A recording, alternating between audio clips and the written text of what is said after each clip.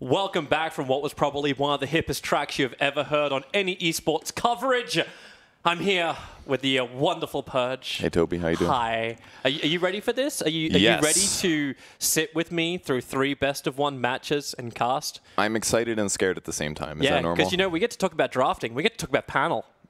It's been a while Panel since I got stuff. the panel. I think Genting #1 maybe or something like that. It's Yeah. been like a year. Whenever I appear on a panel, it's a mistake.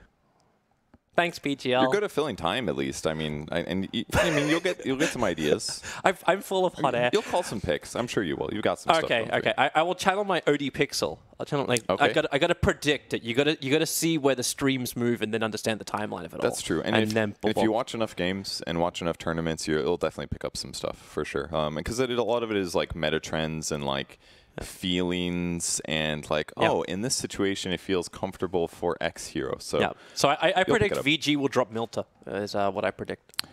That's gonna be my only only win joke on this side. Okay, yeah. cool. Well, we'll leave it at that one, man. Doesn't matter where I drop, I die anyways most of the time. So. All right, let's actually look towards Dota 2. our 2 teams, but we want to focus firstly on the 5 positions. Actually, no, we're not. We have Old London versus Fate, so we're not focusing on the 5 positions. They tricked us. We thought we were going to be looking at the supports. These are the sports.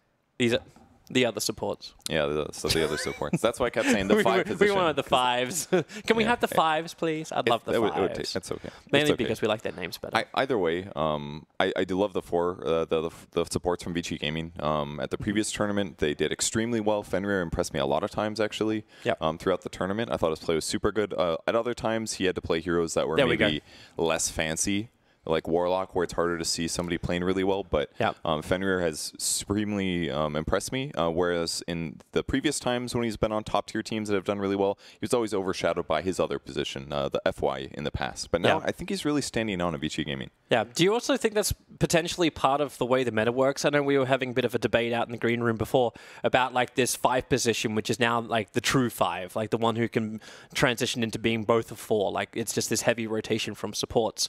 Like, do you feel like with the inclusion of Rubik being able to get into that 5 position just comfortably, that both these players who like are fantastic on Rubik, like DDC for me, the first thing I think of when I think of him is, well, sexy face. What I'd say is it's not so much about the heroes. I think it's about the meta with dual lanes. Like dual lanes are super normal in the pro scene right now. In that off lane, you pair it with a support, and they start there and they sit there for a couple minutes. If you mirror that in the safe lane, these 5 position guys are now getting more stuff because there's only one guy in the lane. That guy is always getting bounty runes. He's the one that's helping getting kills, and he's only splitting it 2 ways instead of 3. Like, there's a lot of really big benefits to being a 5 right now. You potentially get more resources if you do well. But the one guy waiting cover is DDC. This guy's been, I believe he's the only player that hasn't missed a TI yet. Is he the remainder? I think there's not many left, but I know that DDC was certainly one of the last, if not is the last. But very talented player. He always stands out to me whenever I see him, especially around TI. Maybe he's not as consistent between the other months. August is a good month for DDC, but he's always impressed me a lot as well. Yeah, DDC is just a legend of the game. Like I don't even remember the first game I cast of him because it was just that long ago. But he has had one hell of a run through his teams, being part of the old eHome, going through the VG Gaming lineups, and he has bounced around a lot too. Now being part of VG.J Thunder, but bounced through Reborn, the main squad, as well as Forever Young. A lot of history to come in behind these guys. I'm also like, it's also nice to see the history of the captains in this team. So VG.J Thunder, as you saw him on the screen just then, was ROTK. He is the coach for them. And then VG Gaming Mikasa, who everyone remember as the great stand-in player, who ended up actually, I believe, carrying them to victory. And he does sit down and draft for them, which is always fun to watch. But I was looking at some of the recent matches for VG.J, and they've won a lot of their recent series against very good teams. So I'm actually pretty excited to see how they do here at the tournament. Yeah. It's also like I remember we got in a little bit late yesterday, and there was discussion like, oh, maybe we should actually cast the last 3 series of the day when we're going to do the middle 3. And you're like, I'm okay with that, because starting the day with China versus China, these guys just know each other really, really well. They're part of sister squads as well. So the games always stay really close. The games are always very tactically like drafted as well as then executed. So this should be a terrific game, and we're going to start the draft off already. What a surprise, with Tusker being banned out. One of the heroes of VG Gaming during Katowice we're really trying to utilize. And Omni Knight as well. Omni got a very slight nerf to his purification cooldown as you level it up. Is that a refreshing can of That is a refreshing can of our sponsor. Sorry, I was have speaking, one but can then for, all of a sudden I felt like shilling really hard. I don't know what it was. It was that perfect I can. have one can for every single game. Okay, that's great, Toby. Happy to hear that. But very small nerf to Omnia in some ways, in that his ultimate or his heal is now an 11-second cooldown at all levels instead of down to 8. So I would say in long situations where you're doing a 1v1 matchup, you can't harass your opponent as often, which actually kind of adds up, because if you're in this 1v1 against somebody for 4 minutes and you kind of have unlimited mana with the Soul Ring, a lower cooldown on Purify actually will make a difference. So, and that's the one place that Omni is just too strong right now, is that he's too amazing at being a solo hero. In that, against so many matchups, if you have the power to heal while dealing damage, like Brain Sap or Purify, you can't outlane that in most cases, unless it's like a ranged hero or it's an Ursa or something. And then that allows the supports to move off, right? Like you can start the rotations. Like, what was the lane matchup we kept seeing every single time? It was this 2-1-2. Like, Omni Racer. But it's like the combinations which just give you a start. Like the Beastmaster Coddle was a great 1-2. You just get that early spam damage, and then Cole's like, you know what? I'm gonna bounce off to the jungle, because if I sack this, I get bonus money, or I can assist mid, or I can move up towards the top lane. And we can use Enchantress and Chen now, because you can actually rotate off lanes, and the heroes picked to lane are really, really stable. And the cool things about those dual lanes and those strong solos like Razor and Omni is they kind of influence each other. Like, if you know that the off lane is going to be an Omni, then you do pick really strong dual lanes like Beastmaster so that you can fight and contest. And if they pick Razor, all of a sudden, oh yeah, you can maybe do a 1v1 against him, but maybe you want to do a really strong dual lane that beats him, so you pick things like Chen. So it's kind of cool to see all of those heroes kind of flow in cyclically.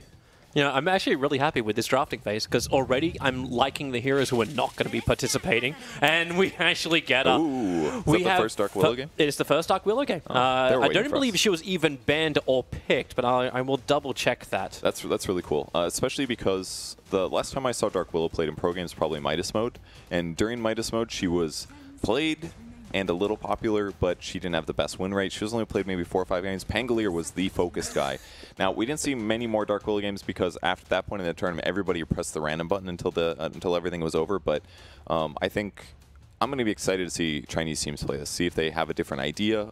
In Midas mode when it was played, it was very, very support heavy. Nobody really played it mid, despite everybody talking. Like, that was where I really saw Dark Willow output a lot of damage. Yeah, I can't remember who I was talking to earlier today, but they're talking about, because this is actually the exact hero we're talking about when we talked about the True 5, where you can actually have little to no farm honor on Dark Willow, but still achieve absolutely everything that you need to achieve with her. I agree, up until the point where people get BKBs. Like, Terrorize is great and all, and yes, you can cast them from far away, but if you want to output damage at all, then you need to have something like Blink Dagger or some other mobility or a way to set up your disable. So yes, she has potentially very good skills, but it does require a little bit of skill to output that situation right now, and I think she needs some level advantage and definitely some mobility. So I'm very excited to see how she's played this tournament. Yeah.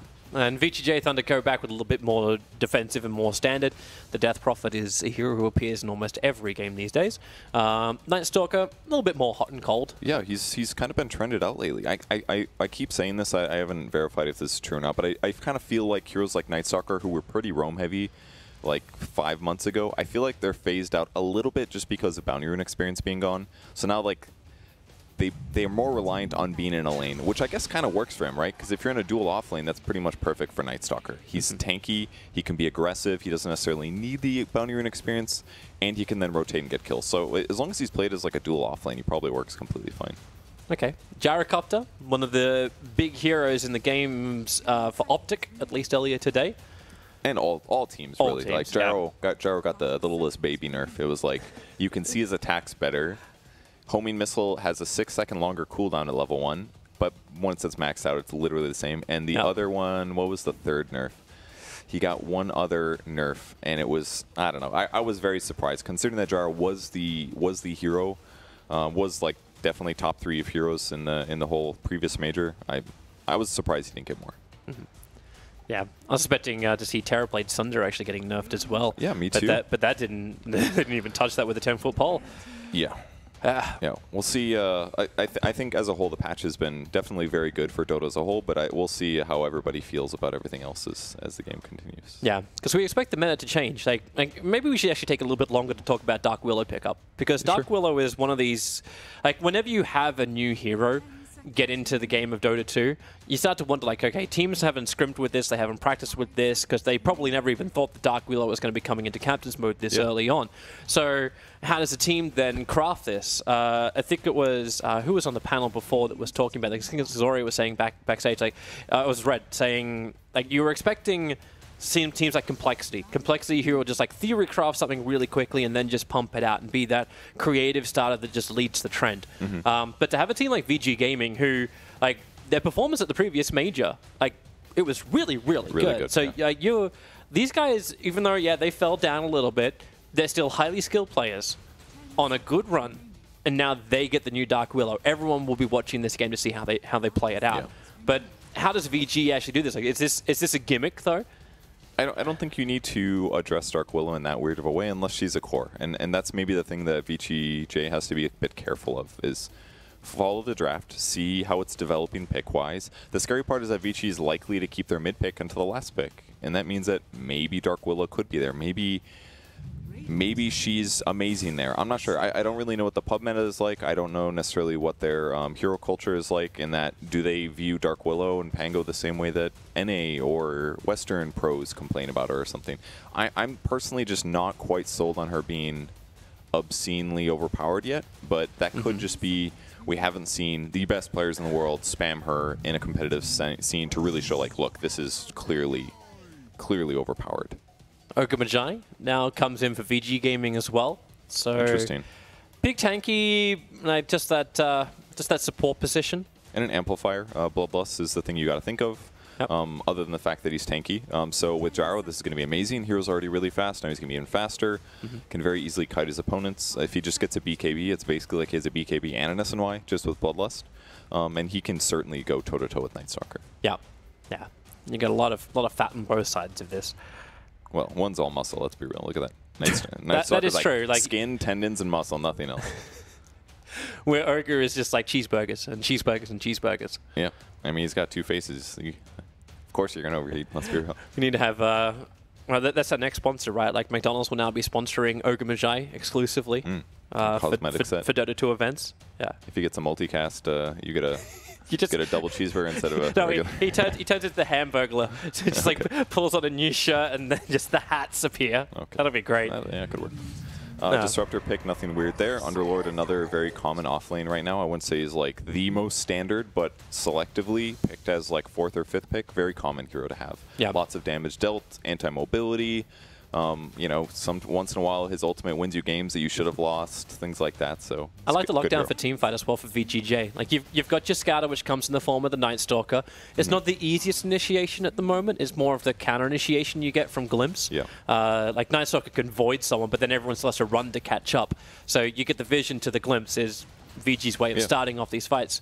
But and he's another way to keep Death Prophet alive. Atrophy Aura reduces damage based on stat items. That's a lot of what Gyro buys. Yeah. And then also you buy things like Crimson Guard and Pipe, and all of a sudden Death Prophet is pretty strong.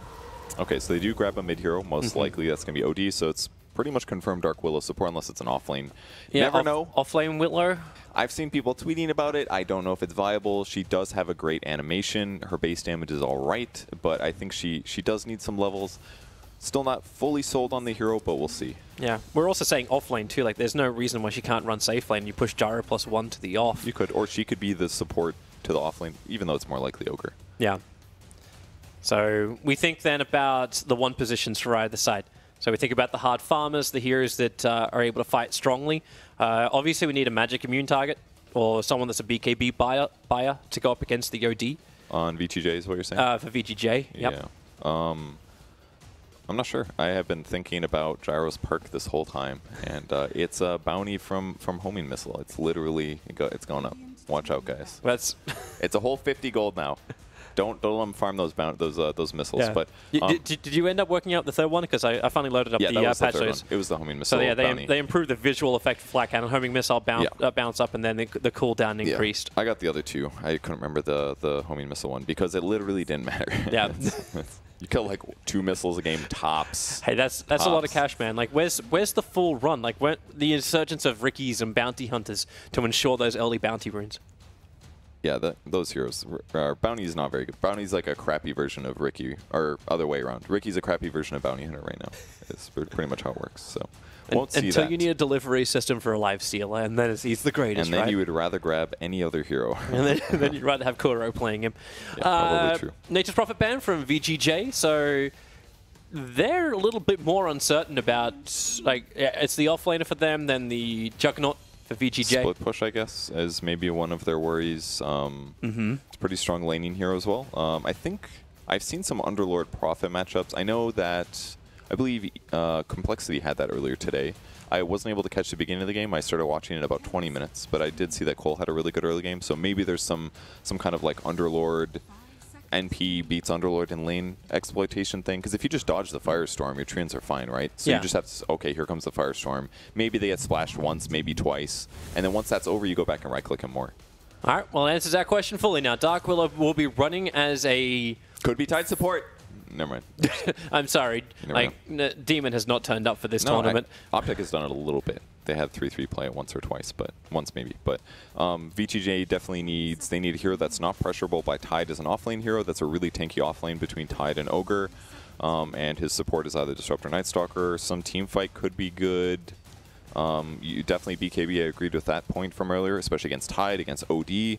Yeah. So some kind of carry that fits those general principles. It's going to be a Medusa, so not a BKB carrier, but still a large amount of defensive items to begin the fight. Yes, just she's so survivable that she stays alive kind of a thing. Now, OD is sort of okay against Medusa in a lot of cases, but potentially popping Medusa ulti will give VG.J a lot of team fight. So as long as Medusa, Underlord can kind of help keep Death Prophet alive, then Sylar will do all the damage and it'll be fine. And that's Freeze is actually going mid on Medusa, and Sylar on the Death Prophet will be safe lane, which works out if you do a dual lane. Yeah.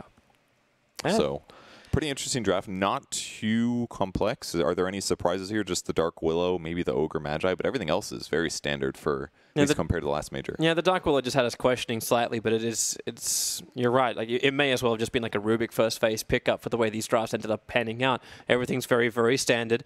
This kind of at least avoids for me, like if Dark Willow was a core, then you're changing the way VG game is completely playing. But now it can be a little bit more predictable for the way VG will approach this matchup. Because, you're right, it's just so easy, so standard. We know how it's going to be. This will probably be we'll see. Like, it's still going to be that 2-1-2, right? Like, yeah, but there's still a lot of questions, things that I'm too interested in, such as builds, skill builds, what items do you buy, how do you play the hero? That's the kind of stuff that I'm interested to see. It's the stuff you look for. I look for the kill them all. Yeah, of course, kind but of like, how do you get there? Yeah. That's the part that, like, that's a crucial part of the puzzle. You can't just say, oh man, Dark Willow's OP. It's like, what build does he think is good? Which skills does he max first? Does he max Bramble Maze second? Yeah. Like, I assume Shadow Realm will be first. Yeah, do you become that like straight damage style of support? Like, do you spam it like you would the offlane Zeus was for a while? Like, you just spam Arc Lightning, so you just pop as much damage as you can. Does he get a level 1 so that he's a valuable support in lane? Like, all of his abilities have really long cooldowns, actually. So what abilities to get level 1, level 2, level 3? What abilities to max second? Those are the questions I'm kind of interested in. What items does he buy? I don't know. There's lots of cool ways. So far, I can tell you it's Mango, Windlace, Double Branches, Tangos, a Clarity, and a TP Scroll for Lanham. Incredible early purchases. Yeah, completely next level. But hasn't skilled a point yet, so you don't get that information yet, Perch. We'll find out later. You'll have to wait and see. So, laning phase, yeah, everything seems to be standard. Sylar is up on that top, so Sylar's playing the Death Prophet in this matchup. That puts Freeze into the mid, as you were mentioning. Leaves the off lane for Yang as Underlord, and fades Night Stalker. And Paparazzi is actually going to be running safe by the looks of it. Actually, yeah, so they put, Paparazzi into the safe lane? 11 to run the mid? How are they actually bouncing this? Are they just in the wrong lanes? I mean, it's... You change the bounty runes so supports can pick it up. The cores don't need to be there and then switch lanes. Yes, it's probably they're trying to anticipate where their opponents are going to lane, perhaps, so that they can have favorable matchups. I would say... Not to mention that it's better to commit other heroes that aren't important to blocking, for example. So it looks like Ogre is going to commit to that. He's also slow, might help a little bit with the whole blocking situation. Well, it's a straight trade up. 2-2 for VG and VG.J. Okay. You got your first answer for Lanham. He actually went for the stun, so the Cursed Crown is his #1. Interesting choice to go with Paparazzi, because Paparazzi's not going to be doing a lot of harassment damage early. But Dark Willow has pretty good base damage. She has 2 Ironwood branches still hitting for 51, so she's likely going to use it as a way to trade. She casts on her opponent, that guarantees her a 2-second stun at some point, and then she can use that to guarantee free hits. So that's probably the thought there. Getting Shadow Realm, it's like a 30-second cooldown or something, and it does damage and all, but it's not necessarily the most useful thing. So yeah, definitely going to keep an eye on that lane. I'm actually waiting for the news that the Demon has come up, because you got that Tidehunter on the top lane just hiding in the tree lines, running the off, because that's the classic Jimmy position. And I'm only thinking of this because you're talking about support Tidehunter when he ran his bottle. I mean, he did get zoned a little bit. DDC spent some mana here. He's just trying to make the lane a little bit annoying, because if Disruptor has to spend time looking for the Tide in the trees, then that's time that he can't be attacking him. Therefore, he's buying himself time, extends his regen. Maybe at some point that they can get the lane to push in an awkward way that'll give them an advantage, and therefore he'll get free experience. Yeah. Just a lot of ways to exploit. As long as he can get the levels, use the Kraken Shell for it, sure. Sylar, well, he's already burnt a Spirit Siphon on 11, so 11's going to drop down to 1/3 of his HP. Not exactly what he wants.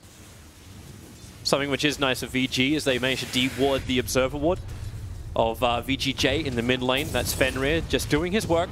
Already have the Observer Ward down to watch it. But this is going to be a bit more of a pain lane. Freeze continuously stealing mana, and the homing missile is the only real harassment they've got against him. I mean, really, it's just going to be about landing a stun and trying to give them time to get last hits. Like that? Homing missiles after him, Freeze. That's a fairy fight, so he'll survive. The homing missile's going to connect. But there's still a salve available for the Medusa, so she'll heal back up and get to the front lines. Bottom lane, Paparazzi's actually quite low. Looks like Yang was having a crack, but with the Cursed Crown, he'll back off. So lane matchup-wise, OD in the safe lane versus Underlord. I think Blitz mentioned a lot that this is a really bad matchup for Underlord, just because you're getting your mana drained. It does pure damage, so it's not really being reduced much. Don't know if Yang's really want to be in this. The Bramble Maze is down, the Cursed Crown as well. Yang, hard to escape. You've gone for that early point up in the Arcane Orb, and that amount of damage should be enough from Paparazzi to help Lanham secure the first blood. That was really cool how they did that. Wait till he jukes into trees, put the Bramble Maze at the entrance, and then you're really limited on vision. In the open area, the skill's not that good, but once you get into trees, it's really effective there. And he just blocked him in so he couldn't run back out the way they came. Control the choke points. Yeah, it's really good usage there of that skill. So 11 will just trade some hits onto DDC here to make sure that he can interrupt the pull, and then he can finally collect some easy experience. Yeah, easy, even taking the creeps. And there's not a lot DDC can do to stop this. They've pulled support a little bit off the mid. This is not really exactly where Fade probably wants to remain, but while Fenrir is here supporting Ori, he's got no real choice. Has to help Freeze. Yeah, because if he doesn't, then Ogre's just going to bully the Medusa too much. She has really low armor in the early game. Her early HP is not the best, so she's normally just going to sit mid and have a simple trade matchup against 1v1. But yeah, I guess they counter that fully with the Ogre Magi. Yep. This is nice from Yang to have that Observer Ward just to the west of the bottom lane. It's watching the movement from Lanham, so Lanham was sitting on that for a good 15 seconds, and Yang just sits on the right side. He knows he can easily escape, doesn't overcommit. How do you actually feel as far as like how much is getting into the cores at the moment? I guess, is everyone going to be happy with this? In terms of the farm so far? I mean, farm seems maybe a little bit low for a lot of these matchups. Death Prophet's obviously doing great, but she's certainly had more of a solo lane. A lot of the times, Old 11 has exclusively been fighting against Disruptors, so a little easier for Sylar to get last hits. But I feel like the other lanes are more contested for sure. Certainly the mid lane has been busy. Well, they're coming from mid lane too. Lanham starting his rotation, coming in through the back lines. So, well, look for that Bramble Maze to drop, but only when the timing is right. Freeze puts his shields up, soaking up a little bit more mana. So now he's got no Mystic Snake, is very, very low on life. They just need the extra creep wave to come. It's going to be a little hard to execute this, but nighttime might buy them a little bit extra. I've got a missile in 6. Oh, the nerf to homing missile. This gank would have been executed right now, dude. Gyro, get nerfed. Oh, Fenrir is taking so much damage here. Here comes the Mystic Snake, dropping Fenrir low. The freeze, the homing missile's coming again. And it won't make it. The tower last hit that for 50 whole gold. Unfortunately, towers cannot spend gold. So 2 gyro nerfs making a big difference in this little game. I think that's unfair of the towers. They're obviously fighting for the cause. Does this gold get split amongst the people? Maybe it should, but it does not, unfortunately. Give it to the creeps. Give it to the guys who are doing the hard work, the real frontline fighters. Oh, that's a painful moment. You're like, I'm going to be efficient. And then somebody gets the bounty rune before you because you're busy doing something. I don't know why he pulled the large camp. That was a bit weird. He took both of them as well. Haste rune at nighttime for Night Stalker. It's a pretty good time. But okay, no, he's not going to go. It's a really hard kill to get. He's got a wand. He's got a fairy fire as well. So Gyro's really in a lot of trouble. The bottom lane, however, that's an easier one to get. Yang got that cursed crowd on him. You have enough for the patch to come down. Yang into the trees, and there it is once more. He knows he actually tries to cut through the tree to get out, but that will not work. Paparazzi and Lanham getting together. This is going to be a real tough lane too, as Paparazzi's Essence Sword's coming up, and this is just going to enable Lanham even more. Yeah, it's just such an interesting concept that Bramble Maze just works amazing. Just get them to the place, get them to the trees where they normally feel comfortable, and then all of a sudden the skill becomes like 3 times better. Run 11. Run. There's no glimpse. Canadian Field's coming up. He starts his TP, try to do it on the high ground, but it will not be enough in time. I would have messed that up. I would have cast Void right away, and he just would have TP'd, and I would have felt like a dummy.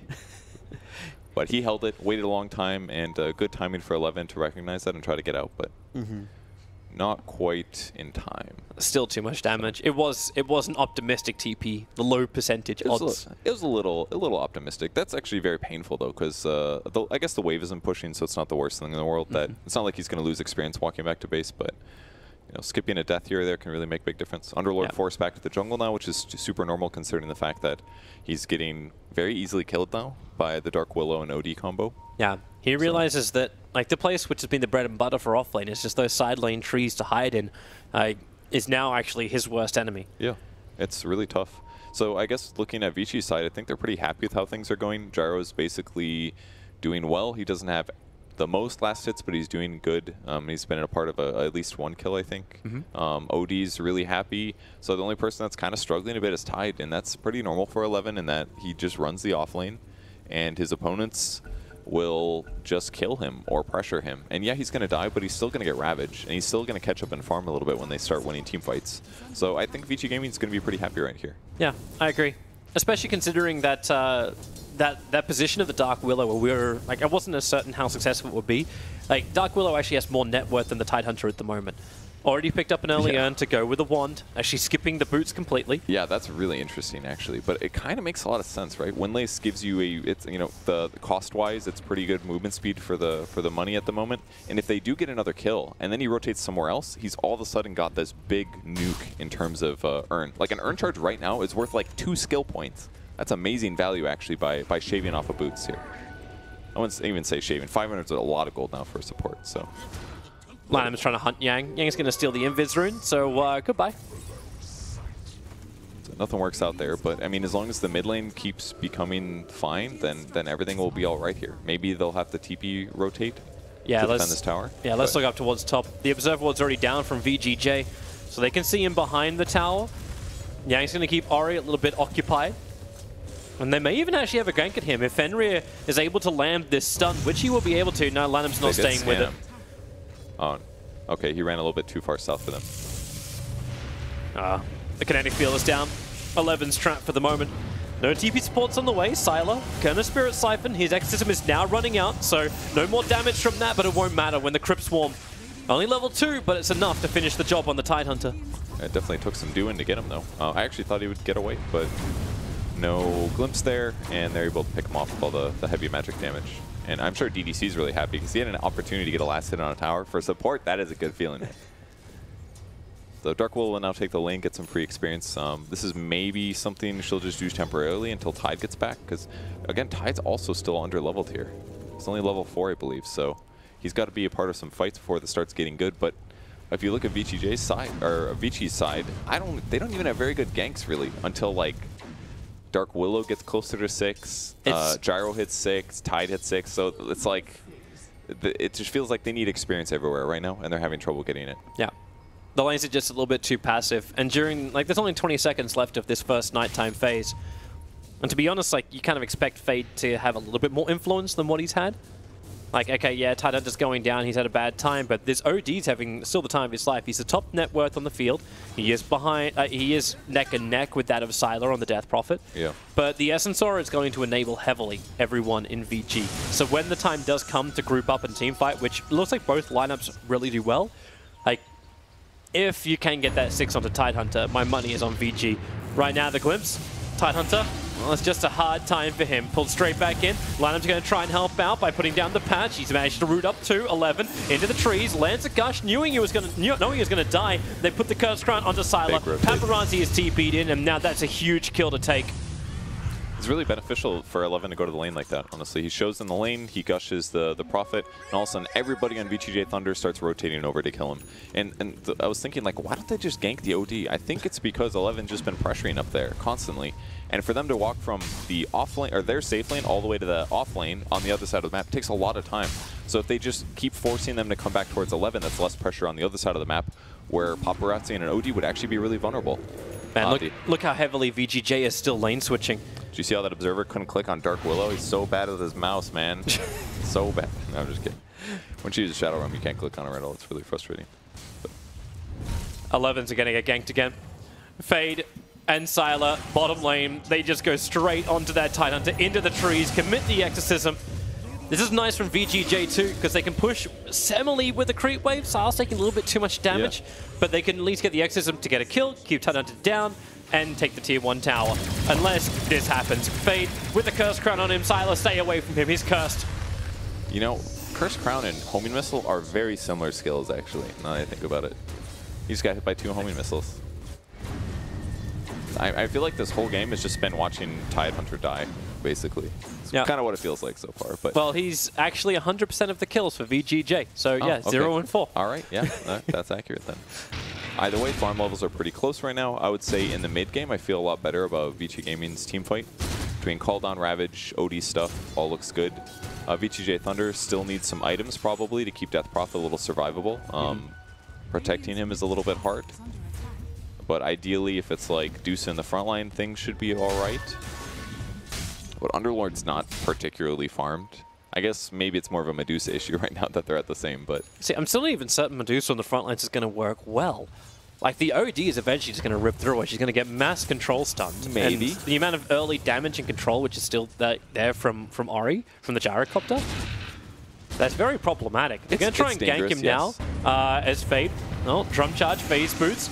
Lanham is here to help out. He gets both of them ensnared. And look at Ori. He wants to turn and fight. Silence the Curse Crown. The cooldown make it almost impossible to run away. So they have to stand their ground and fight Fade, soaking up so much of that rocket barrage. But the urn charges are there for Lanham. So he had the extra damage. Even 11 has come in to help out with a gush. There goes your next little hit, but it's not going to be enough. The Glimp pulling 11 away from the tower, but he's okay with that. I feel like they could have killed Sylar there, but Lanham was holding his Shadow Realm for a really long time there. I really thought he would use it earlier to secure a kill, but either way they got the other guy, but surely Death Prophet would have been better. That's their most farmed hero, actually. I think that's a big mistake to try to go for the double kill. That would have given them a lot of gold advantage. Either way, the pressure is still good. That's a fast level 6 for... Well, it's not that fast, I guess. But DDC is going to be pretty happy with that. With Static Storm now, they can have more gank options. Just something like Disruptor plus Night Stalker might be enough to kill most heroes on the enemy team. And I think that's the hero they want to put it on. OD is still vulnerable right now. He doesn't have BKB yet. Silences would completely provide a solution. The issue is that they pretty much need either Underlord or Death Prophet in these ganks, because between Night Stalker and Disruptor, they don't do a huge amount of damage outside of Static Storm, so they need a high damage core, and I think it's got to be one of those two, Death Prophet or Underlord. I'm actually wondering too, like if VG.J are causing more problems for themselves down the road by allowing Paparazzi to do this. Like, yeah, it happened with the lane switch. They wanted to keep the Tide Ravage on cooldown, but you mentioned that Paparazzi needs his BKB to fight. They're giving him all the space in the world to get it. He's just a Mithril Hammer away now, 1,400 gold, and he's got it. And once he gets it, they're just going to fight around Ravages and Cooldowns. So the only way that VG.J Thunder will say, perhaps, they have to take fights in a difficult way, which is going to revolve around popping Medusa ulti at the same time in a good position that Vici Gaming goes in, or they need to take a fight through Vici Gaming's strong team fight, either win or lose that fight, and then immediately take another fight, while still having Exorcism, ideally. It's like a really hard win condition in some ways for VG.J Thunder. So see how it works out. I'm waiting for this TP to come out from 11 when it looked like the smoke gank from Vici Gaming was to rotate top and try and take that fight, but no one's up there apart from the Underlord, which is a good kill to get if you can, but when Sylar was able to claim your tier 1 tower and not burn Exorcism, this is also not the greatest trade-off. Yeah, but I think they were a little bit worried about diving for an Underlord, because if he pops his ultimate, he's probably going to live. It's going to be hard to kill him in that time duration. So that's why it's so smart for Thunder to put him up there. Do you know why 11's saving the skill point? On the off chance that he wants it to farm faster, maybe. Oh, I think he needs it for a fight right now, because here comes VG.J from all sides. The storm is beautiful. Dark Willow manages to break free. The cooldown is nice. And where is this Ravage? Now will come out. 5 heroes connected on, but they've already lost that Dark Willow. The tide will fall. There was way too much damage. They get a glimpse back Fenrir. No escaping for the Yoga. And VG.J will claim the tier 1 tower in mid lane as well. Fortification will only delay the inevitable. That felt very much like a fight that Vici Gaming did not want to fight. I mean, you could see it by Old 11 finally reluctantly skilling his ultimate. I felt like the time he needed to use that was right at the start. Yep. Disable the initiation. God, and Ari's dead too. Huge catch there. The benefit of Night Stalker right there. Latinum trying to fear everybody out. He's going to get pitted up. Has to use the Shadow Realm to escape. Actually burnt his full Terrorize. Yeah, I mean, that's a long cooldown as well. I mean, they've got Ravage. Ravage was used to try to get Tide away is basically what happened. I just don't think he wanted a Ravage there. Maybe he didn't feel like they had enough damage back up yet, which is, I guess, kind of a similar problem for Vici Gaming. Until they get BKB on OD, it's basically just Gyro cooldown, or cooldown, and Ravage and OD. Like, their damage is not the best either. Definitely a place where Dark Willow lacks. It's just so until Bedlam. It's just so odd that happens. Like I kind of want to watch a full replay of that fight, because like VG Gaming just got done from behind. Yeah, I'm just watching the whole time Tide. I'm like, is he gonna Ravage? Is he gonna Ravage? And all of a sudden there's Heroes dead, and he's like, Ravage. Is this the time? Well, you flag it before the fight because like, where is that skill point? Why am I holding? Yep. And like unwillingness to fight, like when you're the team with Ravage, just doesn't make sense to me. Yeah. Because Lanham got wrecked. Like Lanham was getting out that, but he needed more of a stun. Yep. You know what it actually felt like? I already made a PUBG joke earlier, but now we can do an old Overwatch joke. It felt like Mercy waiting for everyone to be dead before you res. Like, it was, hey guys, I hit a 5-man Ravage. It's on my highlight reel on my Dota 2 profile. But what does it really like affect? What does it influence? Yeah, and there wasn't enough space to get away because Gloom's just punished really hard. They got an extra 2 kills out of that fight. So yeah, we can watch it again. Replay capabilities. I mean, they've got 4 heroes here. OD is not here though. They just jumped on Dark Willow. They silenced her the whole time. She had no ability to use the spell basically. So that was actually a great storm. So that was one of the blockers of 11. Like he couldn't actually get down enough to hit the guys who were flanking. Yeah, yeah, that's true. It probably went to caught the 2 on the left. Probably didn't feel like it was worthwhile. And then all of a sudden he was like, I'm surrounded by 5 heroes and I'm under a tower. Maybe I should Ravage. Yeah. Didn't work though. So definitely a pretty bad position to be in. And all of a sudden VG.J Thunder is just catapulting to the lead. 5K advantage now. They've really caught up heavily with a couple of their heroes. I think obviously a lot of that was like picking up the gyro kill as well after their push. And now it's got to be a bit weird for VG Gaming here. I mean, a lot of the teams, a lot of the 2 drafts do have some of those similar lackings, like some damage problems. But VG.J's just been outmaneuvering VG Gaming a little bit. It's still like I agree, but I still feel like VG's fight power is a lot stronger. Like, okay, you just made a mistake. VG are strong enough that they can say, okay, let's not do that again. Then you got cooldown. You're getting Jarek up to getting more farm in, so he'll start to do more physical damage. The OD has the 10-second BKB working into the Dragonlance. You'll have more distance to play with as well as the immunity. Yeah, but I think you're underselling some parts of what Thunder can do. Like, Medusa ulti doesn't care about the BKB on OD. If she presses at the right time and she's in the right spot, that counters OD being able to DPS as fully as he wants. Ogre Magi doesn't really contribute much other than an occasional stun. Ignite is like not a big deal. Yes, you're going to have Bloodlust, but that kind of also requires Gyrocopter to have items. And I guess with OD, same kind of thing. Lots of damage amp and movement speed and stuff. But that's like what they need to get to, is the point where like Gyro and OD can be the damage for their team, and they're actually just not there yet. Or at least the fight conditions were not ideal in the previous engagement, you could also say. Positioning was bad, and you are right. They just didn't have the damage.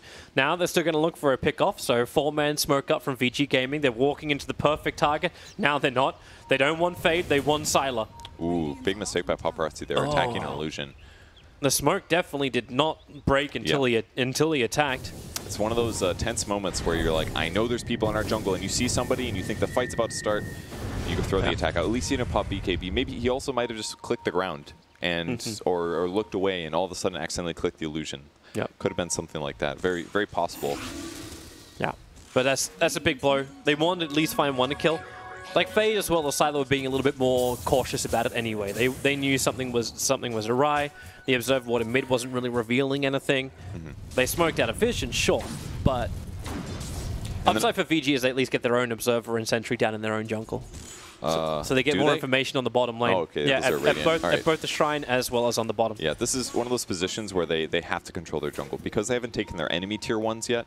At least they've only taken the enemy safe lane one. They don't really have the same space to just split up the map and farm equally, and that's what Thunder's doing so well right now, is that they're just putting the Medusa on the triple camp area, the Underlord pushes out the top lane and jungles, so they just have way more space to farm. So VG Gaming's forced to do these teamfight movements to try to take a fight so that they can win a fight to maybe take a tower. A fantastic lens, pulling Paparazzi down into the river. He didn't actually follow up with the Storm, so it wasn't a real commitment.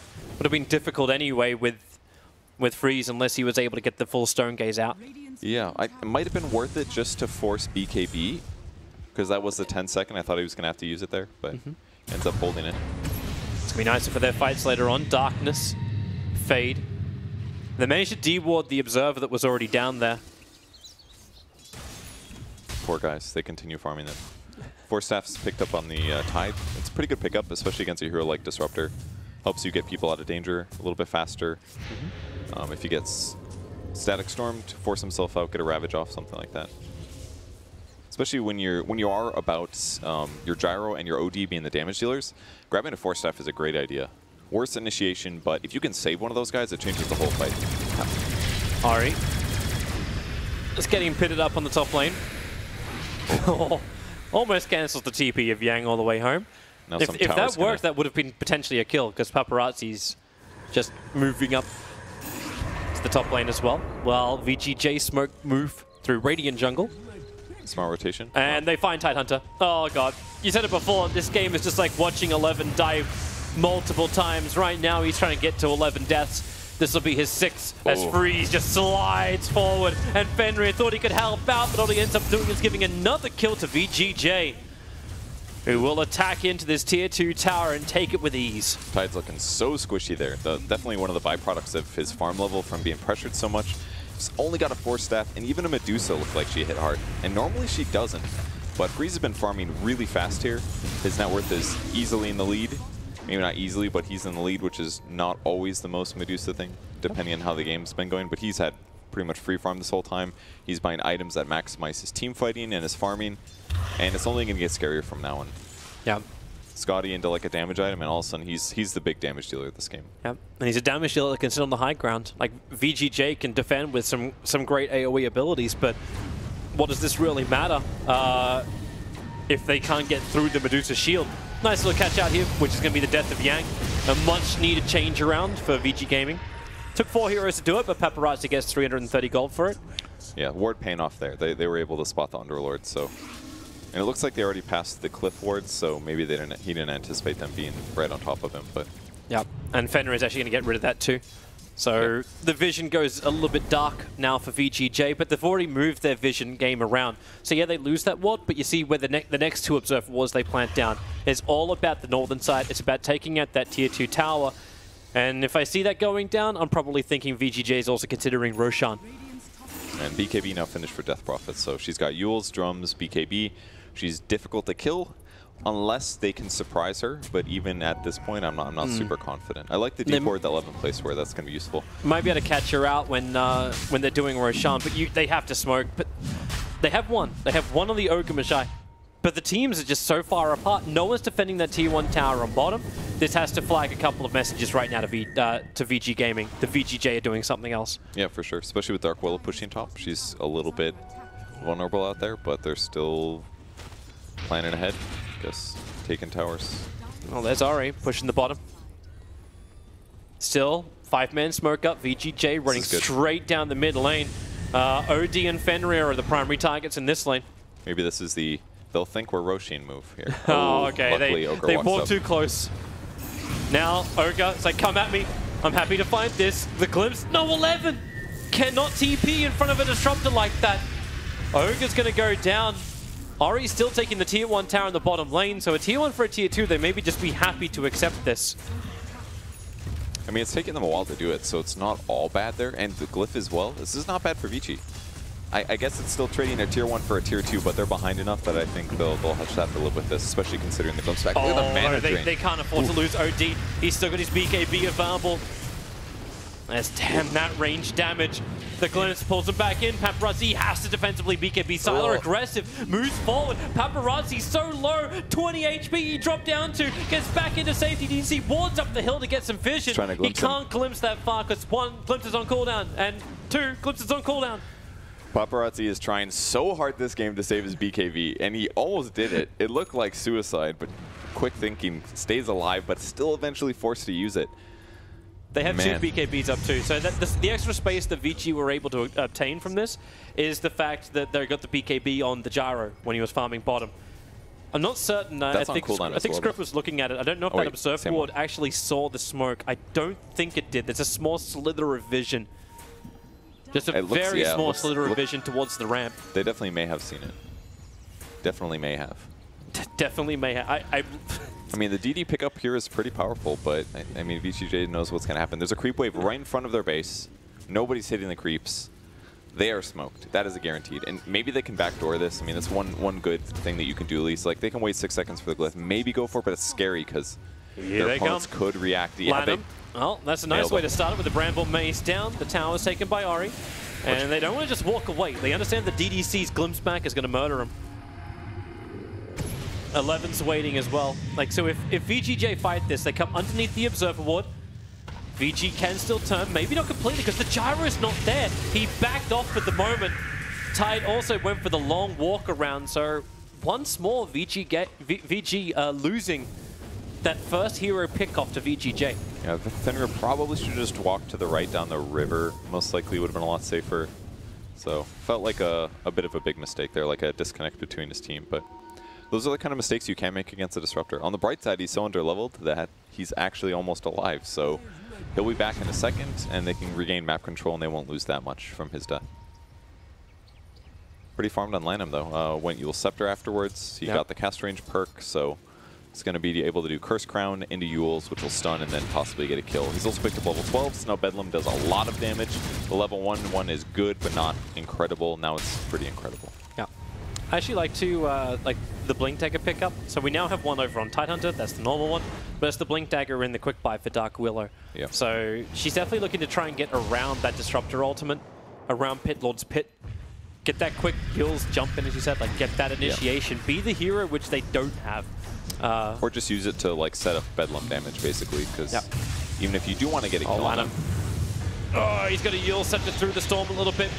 11's got a choice. Does he want to help out Dark Willow? The choice is, well, the choice is mute. Dark Willow is already dead, and Ori was taking too long to get there. Yeah, kind of a lot to commit a Static Storm, but considering that Thunder is so far ahead, this is super easy. Like, it's not the most important ultimate. It's mostly used for pickoffs at this stage in the game, so they'll just use it again to have downtime because they're not going to fight 4v5, right? This is not going to work. Not when you've got too many heroes. Freeze with that fresh Skadi. Having the slow means they can just keep, it's not even kiting, they can keep chasing 11 down. Hurricane Pikes and 4-stars are already all burnt, so Paparazzi, they retreat to their tier 2 tower. But Exorcism is up, the Skadi is there, and Roshan is just itching to be killed. Yeah, 2 dead heroes, but they're almost back up, so maybe this is a little hard. I mean, they should be able to do it with Underlord, right? It's the other really big benefit of the heroes that the Firestorm burn damage is based on a percentage of health, and Roshan has a lot of health, so it's pretty much dead now that they're tanky. And they have a Solar Crest. They're coming to smoke and fight. It was far enough away from the vision, but it's already too late. Aegis Immortal is in the hand of the Medusa. So either they commit to this, and, well, there's your BKB off from Sylar, allowed to get the ulti out, and doesn't get hit by the Ravage at all. And Ori can't do enough damage. He's still on the run, the Spirit Siphon, making Sylar way too powerful, and even glimpse back the Dark Willows. This fight split into multiple parts. Dark Willow will focus on her, dying in the river, nothing more Paparazzi could do for her. And the chase is on to Ori. Run south as quick as he can. He is fast, but 100 Knights off cooldown in 1 second time, and this will give him the vision into the void, and Ori getting caught, pans down in the trees. And that's a full minute on the sideline for him. And look where they're going. Everybody come together. Everybody push mid because that's where Freeze is. And Paparazzi, if you thought you're going to have this fight, you thought wrong. You've already lost your Tide Hunter, and now you're going to lose Paparazzi. He walks into the pit, can force himself up the hill, but Fate continues to give unparalleled power through his vision as the Night Stalker. Paparazzi starts his TP. That's very late, and he'll end up going down as well. This is just a disaster for VG Gaming. Yeah, and a great thing for VG Thunder. I mean, their laning stage went well, but they call it. Ever since then, they just haven't had the capability to take a fight on their terms. And the ones that they did have, Thunder was just way better positioned. And then it just got to this like farm level where Thunder took a couple towers and like they couldn't actually move around to get kills. Thunder was ready for all of the smokes. Their team fight was strong, but it was all based on like Ravage and needing BKBs on 2 heroes and needing these circumstances where like Bloodlust and BKB propel them into a good team fight. And Thunder looks really good. Considering how VG Gaming looked at the previous tournament, this is really good sign for Thunder winning this best of 1. Yeah, it's great for them, great confidence to move forward. I still feel I was a little bit iffy. Like it's how many unforced errors were really coming out of VG Gaming. Like you kind of put it perfectly. It's the fight that it looked like they didn't want to take, but it was the fight that they looked also prepared for.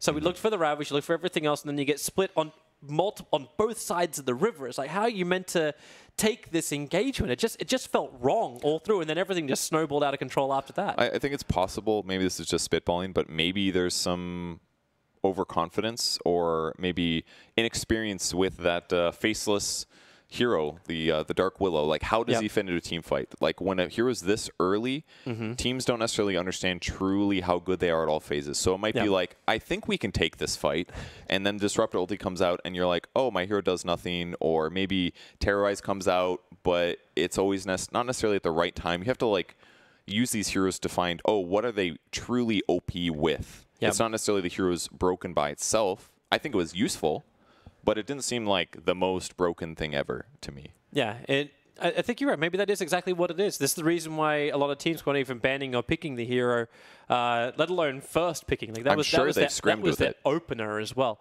They've definitely scrimmed with it in the last couple of days, guaranteed. Yeah. Oh yeah, definitely. But it just isn't. You're right. Like the synergy just wasn't there. So we can look back.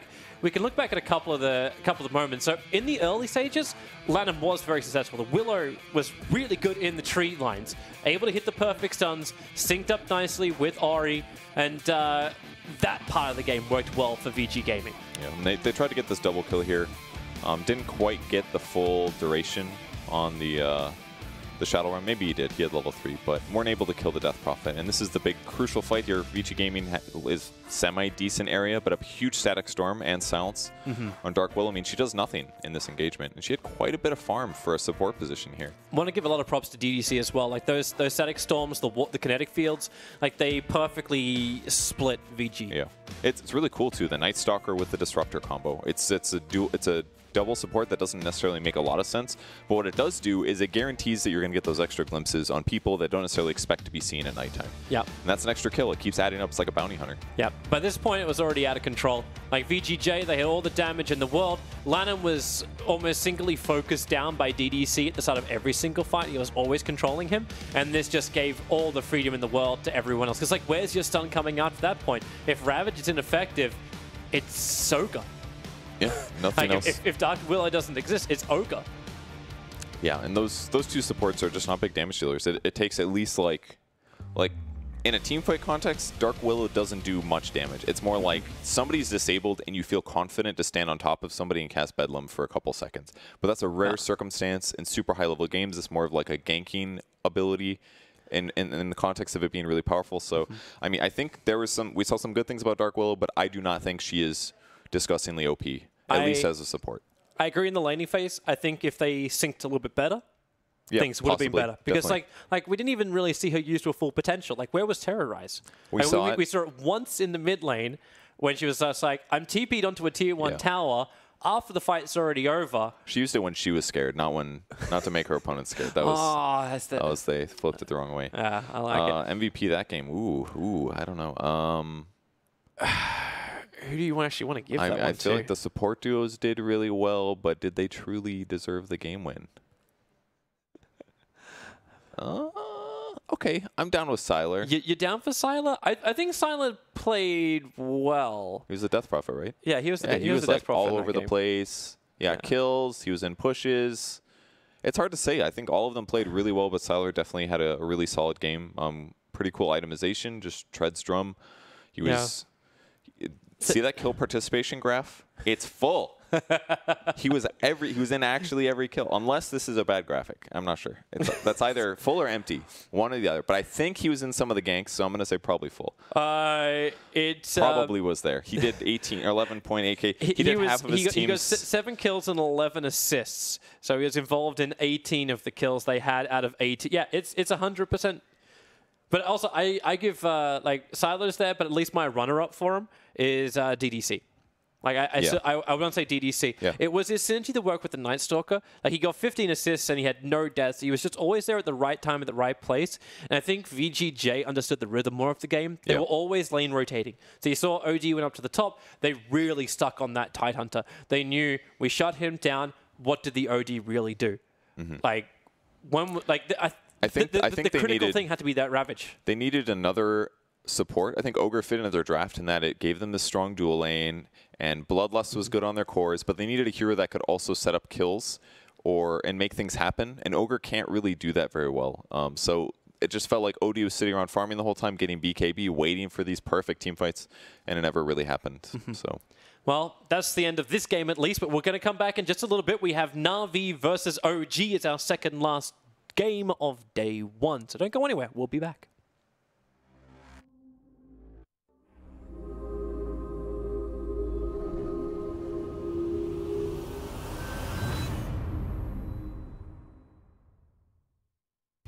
Winning the auto tournaments was great, but we're always looking for a way to make money on the side.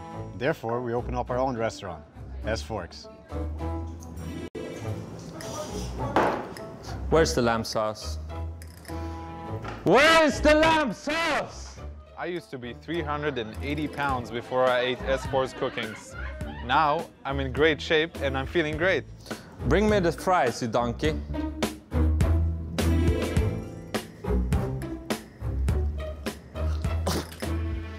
It's fucking raw! I used to be an analyst at the International, and I hated my life. I thought my career was over at this point, until I tried an S-Fork food. S-Fork's food. This is what changed my life and made me a player again. Oh, fuck right off. I've been to many places around the world. I've traveled everywhere. But I've went to Paris, I've went to Toulouse, I've went to Paris. But nothing beats S-Forks. What are you? I'm an idiot sandwich. You're an idiot baguette. I'm an idiot baguette. Come eat at my restaurant. It's good stuff. I mean, the restaurant is okay, but clothing business is the shit.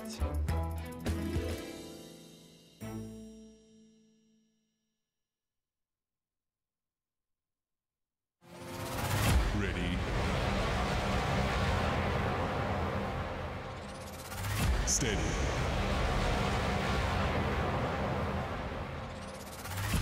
Game on.